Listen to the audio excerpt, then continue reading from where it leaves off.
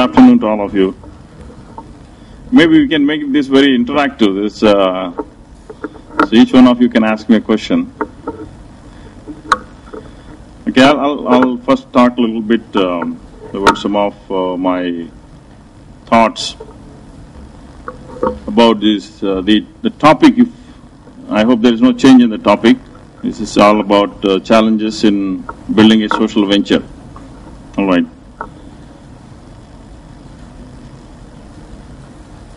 Those of you who are here, do you have any specific interest in building a social venture? Or you just wanted to just find out what are the challenges of doing that? One person wants to do it here. Two?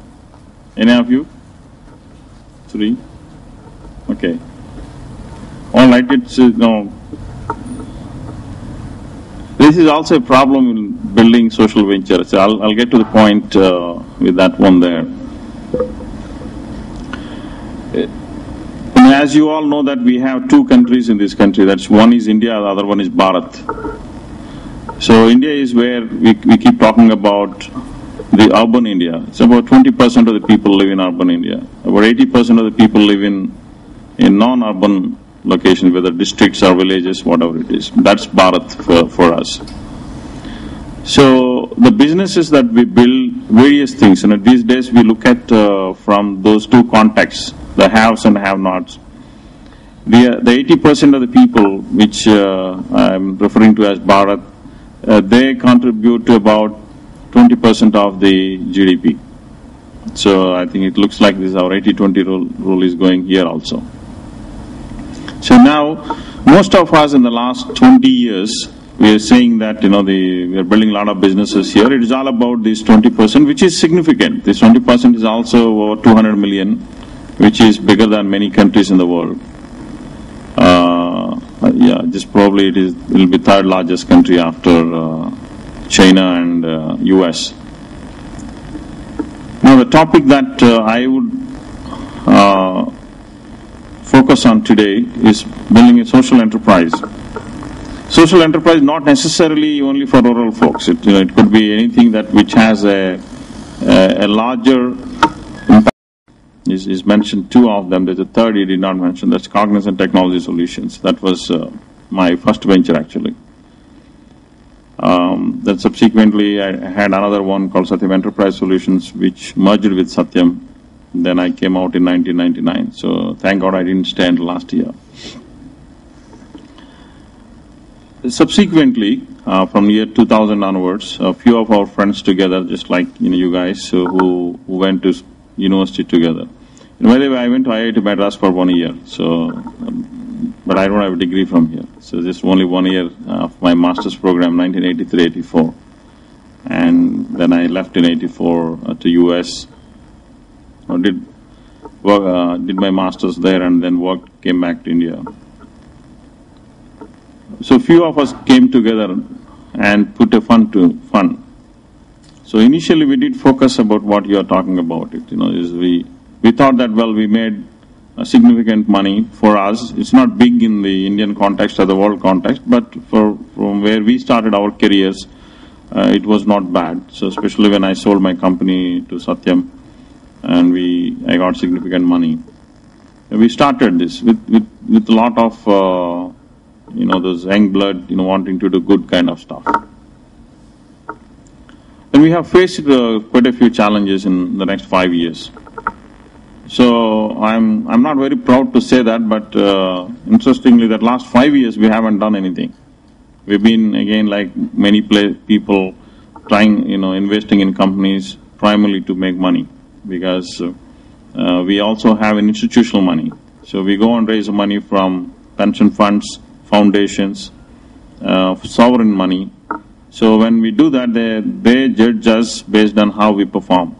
What kind of percentages we are delivering to them, IRRs. So we got into that little bit of that competitive situation where we are having to perform well compared to our other competing funds.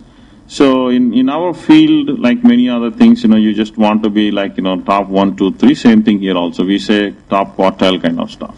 So you want to be in the top 25% of the funds. Then you can raise another fund next time. If you don't perform, there's no next time. It's fairly simple. Now, I will share today with you the experiences of the building social ventures. So we did fund some of them. Especially I do as one of the general partners of the fund. Not only I'm a GP, but I'm also an LP. So we have funding allocation not only for the as part of our money making machine, but also the other side of it. As he mentioned that I do few things besides managing a fund, being part of educational institutions and all that, ISB, IIIT. Similarly, we also experimented with few social enterprises. So those are the experiences that I would like to share with you. The bigger challenge that we faced whenever we wanted to do is the aspirations. So you guys, you come here, study, work hard until your 12th class, so get a good gate, not gate, I think yours is, what is it? Okay, JE, yeah, J, and gate is my time, those days when we wrote for masters, yeah. And then you say that, okay, fine, now we really want to, be very successful. The success is, most of the people define the success as making money. Okay, there are many ways you can define the success. Abdul Kalam also was a very successful man. So, but in his case, it was not money. He was a great scientist, then became the president of India and whatnot. But most of us, when we graduate from here, we set our aspirations around making money. So that is where the logic starts, doesn't work for the social enterprise. I'll give few examples to you, two examples. There is one gentleman who worked as a middle-level person in McKinsey and Company.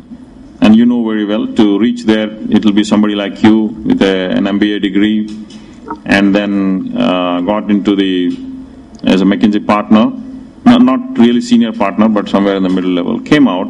By then, they already make about a salary of about 75 lakhs or so, 25 lakhs to 1 crore. He came with a proposal and saying that, Srini, I want to start this business of selling movie tickets, movietickets.com. So I looked at it, his proposal. The first thing that hit my mind was, this guy has to sell 1 crore tickets, which is a big number. 1 crore tickets is a big number, to just pay for himself. And then he has, maybe we can probably reduce it. There are only few of you I can speak up. So these, then he has a CFO, COO and all that, put all those salaries put together. It will go to about 3-4 crores.